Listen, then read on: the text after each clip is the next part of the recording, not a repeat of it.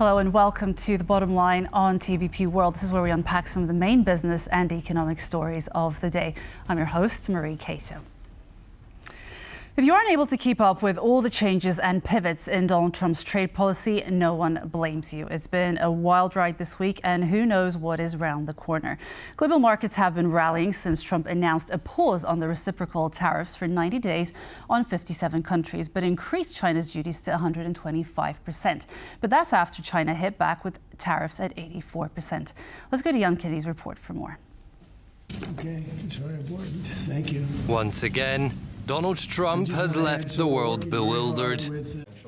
In a surprising move on Wednesday, the US president announced via X a 90-day pause on the so-called reciprocal tariffs. Polish Prime Minister Donald Tusk welcomed the decision, expressing optimism for restoring bilateral relations. Maintaining close transatlantic relations is a common responsibility of Europeans and Americans, regardless of temporary turbulences. So let's make the best of the next 90 days. While the 25% levy on steel, aluminium and automobiles remain in place, European Commission President Ursula von der Leyen also responded via X that the EU would pause their countermeasures. We took note of the announcement by President Trump. We want to give negotiations a chance, while finalizing the adoption of the EU countermeasures that saw strong support from our member states. We will put them on hold for 90 days. Until July, all targeted countries will be subject to a 10% levy, all except for China. In response to Washington's move, Asia's largest economy has been hit with a total 104% levy. Nevertheless, China has reaffirmed it remains open to negotiate. China's position is clear and consistent. The door to talks is open, but dialogue must be conducted on an equal basis with mutual respect. But this doesn't appear to align with Washington's approach. Instead, US Treasury Secretary Scott Bessent is optimistic that the United States and his allies can confront China together. We can probably reach the ideal with our allies, with the other countries that have been long-term, they've been good military allies, not perfect economic allies, and then we can approach China as a group. Amid the global turmoil, China and the EU held talks on Wednesday aimed at stabilizing their increasingly fragile economic relationship. So far, with little progress. Our approach is de-risk, not decouple when it comes to China. That remains the case. So there certainly has been a healthy level of contact between the EU and China at political level in recent weeks. We're building up, we hope and expect, to a summit in the summer.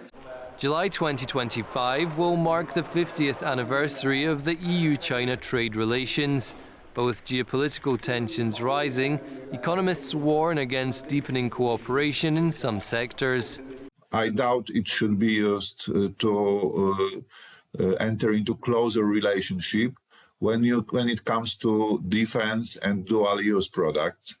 So everything apart from defense and dual use, in my opinion, is an area where we can have a narrower cooperation with China. China remains the EU's second largest trading partner after the US, with bilateral trade reaching €730 billion in 2024, though the balance heavily favors China. The coming months will determine the future of global trade relations. For now, uncertainty remains the only constant.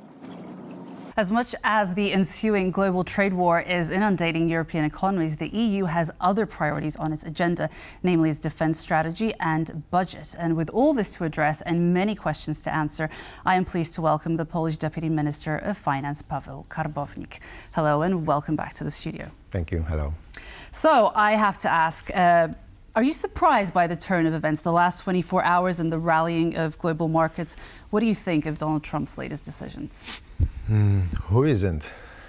Well, I want to ask you as the Deputy Finance Minister and you in your personal capacity.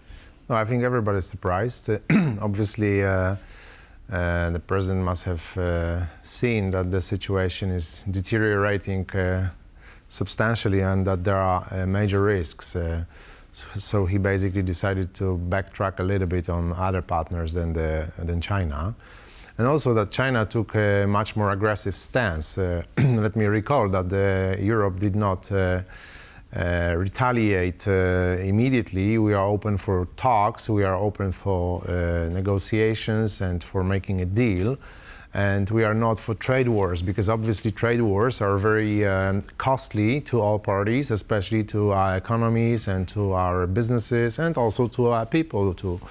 It impacts inflation. So we believe that it's better to talk with the Americans than to retaliate immediately, while our Chinese partners chose a totally different strategy. So it's certainly a turn of the events. And we shall see where it comes next. But do you think this is part of a broader strategy? And if you think it's part of a broader strategy, where is this strategy going to take us? Well, I mean, I think the fundamental issue is that there is a problem with trading system globally. And, I think Donald Trump thinks so as well. And this problem has been there for many years. And this is also the assessment of the Europeans. Which is why we've been discussing with the Chinese for over a decade to basically address the issue of overcapacity. I remember when Prime Minister Tusk was still president of the European Council, we visited China many times and discussed with President Xi to address the overcapacity in steel and aluminium back then. It was 10 years ago. Now we have Chinese overcapacity in many more sectors, and certainly there is a growing problem.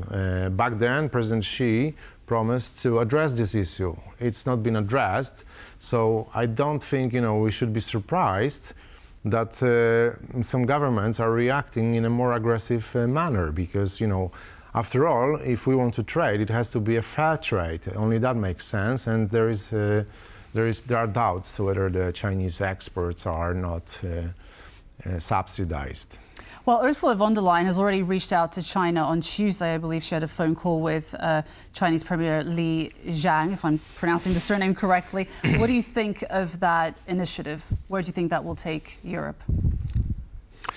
We have to talk to all parties because we are one of the biggest trading blocs. So obviously for us the risk is that if America is closed for business for Chinese imports, then these imports may flood European markets, which will be a problem for our producers. So are you worried about European markets being flooded with Chinese goods in the current situation? Well, this is a concern, obviously. But even more so than we have our markets flooded with Chinese goods?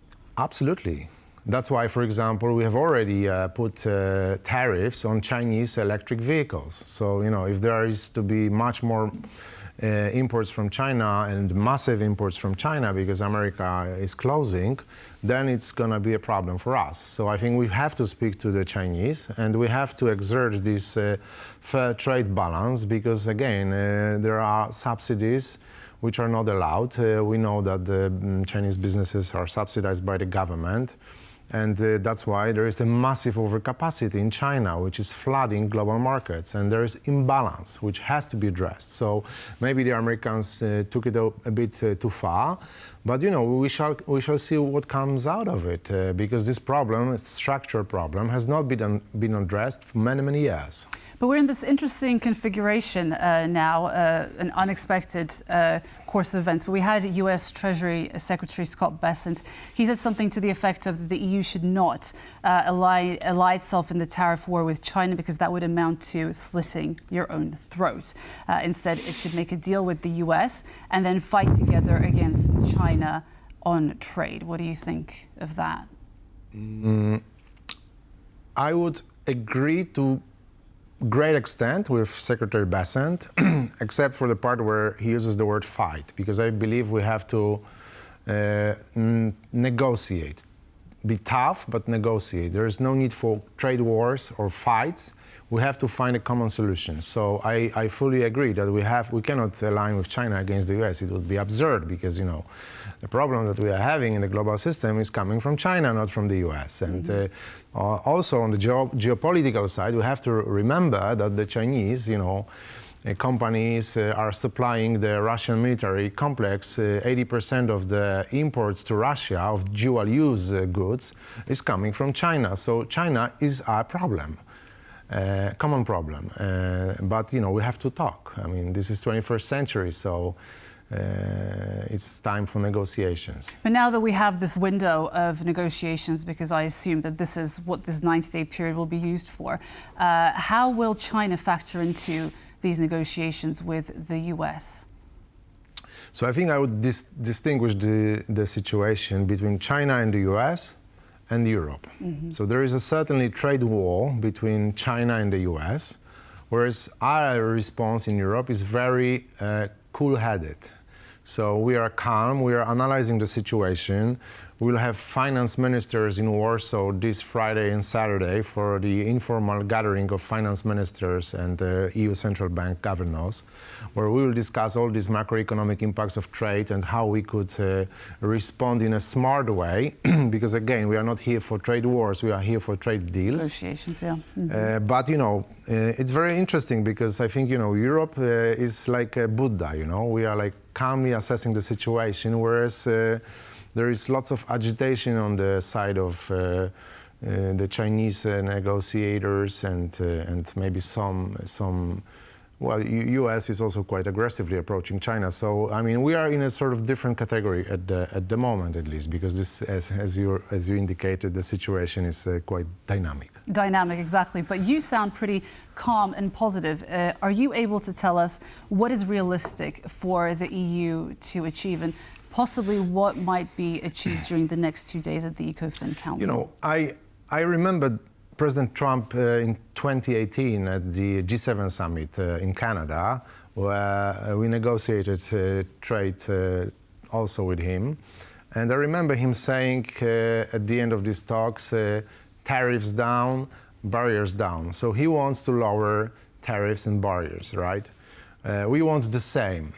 We want to buy more energy from the Americans. We are buying weapons from the Americans. We are the biggest trading bloc and business bloc, Europe and the US together globally. So there are so many arguments, and I think the past few days have shown to also American administration that maybe it's not worth fighting everybody. Maybe it's better to talk. So Do you think that's something that Donald Trump's realized over this past week? Well, Absolutely. it's... That's why, he backtracked, a bit, because he started a trade war on everybody, and now he's in a trade war with China, whereas the others are sort of... panicking. No, the others now have time for talks. This is 90 days. It's a very good time to assess the situation, to calmly approach these negotiations, to prepare comprehensive offers, and to find solutions. So I believe it's a very wise decision to extend this period for talks for 90 days, because it will allow all of us, including the European Commission, will have, as I said, all the ministers here in Warsaw to discuss what could be the European offer to the US, how to make this work. Because I believe that everybody understood that trade war only produces losers. And this was very visible on the markets. Several $1 trillion or around $6 trillion US evaporated from the US stock exchange within days.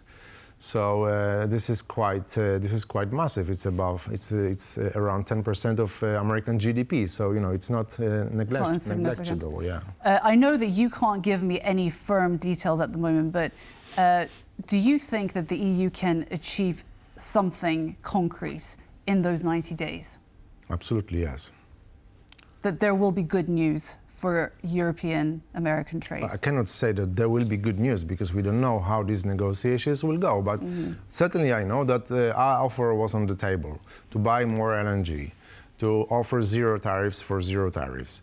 And it was not probably listened enough. Now we are hearing, including from President Trump, that he is interested in selling more LNG to Europeans. So I believe that maybe there will be more talks, more negotiations. Minister Domański will meet Secretary of Treasury Scott Bessent during the spring meetings in Washington in 2.5 weeks. So this will be also an opportunity to understand ourselves better. So these 90 days give us framework for calm and cooperation. Yes, calm, but also realistic discussions. Okay, I want to move on to EcoFin because there's a reason why you're here today, and EcoFin starts tomorrow. I'd like to ask you, what would Actually, Poland... it starts tonight with informal. Oh, tonight, okay. Fair enough, okay, you got me there.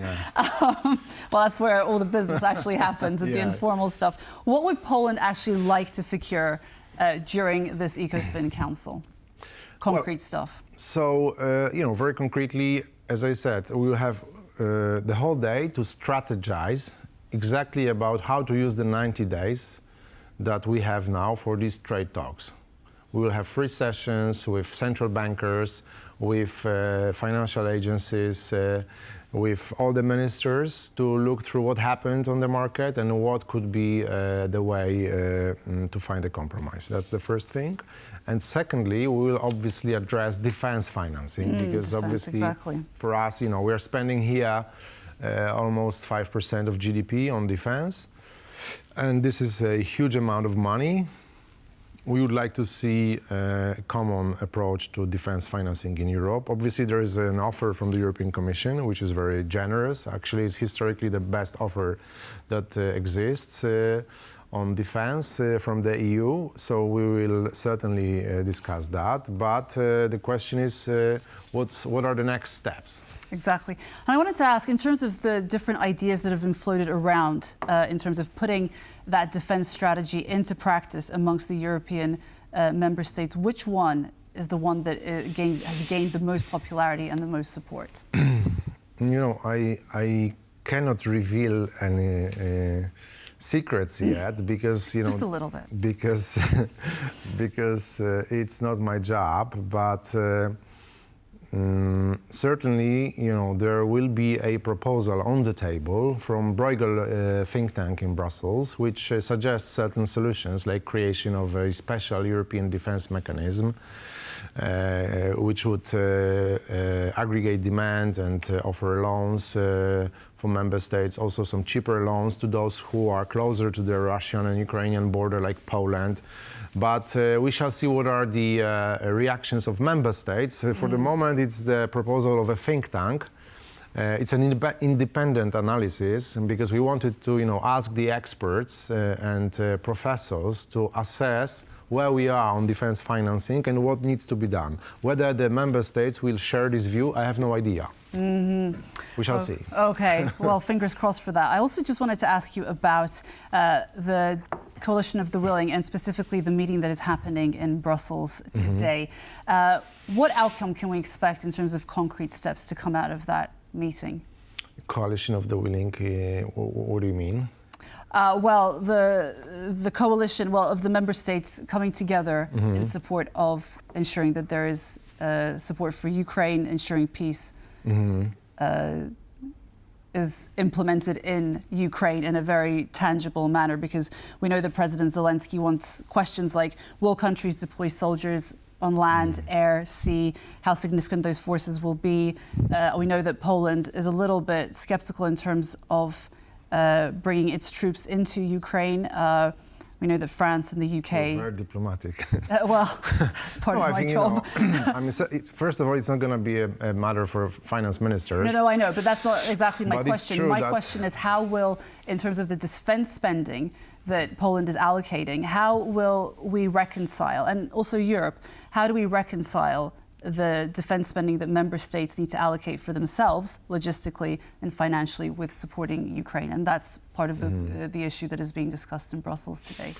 No, I think, we are a key pillar of the Coalition of the Willing, because we have the biggest defense expenditures, we have the biggest logistics hubs in Poland, we have massive deployment of troops on the Polish soil, which are securing the deliveries to Ukraine. So I think this is the best input that Poland can give. And frankly speaking, for me, it would be weird if countries bordering Russia or Ukraine would send troops, because those troops in our countries have to stay here, because we need to be ready to protect. We are, to be honest, kind of a buffer zone in case there is a bigger threat. So all the troops should stay, in Finland, in Poland, in the Baltics, to create this very resilient deterrence. And if obviously there are nations who are considering sending troops to Ukraine, in my view, these should be nations which are geographically a little bit further away. Because it's only natural. So I think it's a very comprehensive strategy, and as I said, we are the main pillar of the coalition of the willing. And if you looked into the deployment of troops in Poland, which I cannot reveal because it's obviously classified, then you would see how massive is the Polish input into this coalition of the willing. Okay, I'd love to carry on, but we're going to have to end our conversation there. Mr. Paweł Karbownik, Deputy Finance Minister of Poland, thank you so much for joining us today. Thank you very much. And that wraps up the bottom line for today. I was your host, Marie Cato. We're on every weekday at 5:10 CET on TVP World. And in the meantime, for the latest regional business, follow us on X and on tvpworld.com. And for more news and analysis, stay with us on TVP World. Goodbye.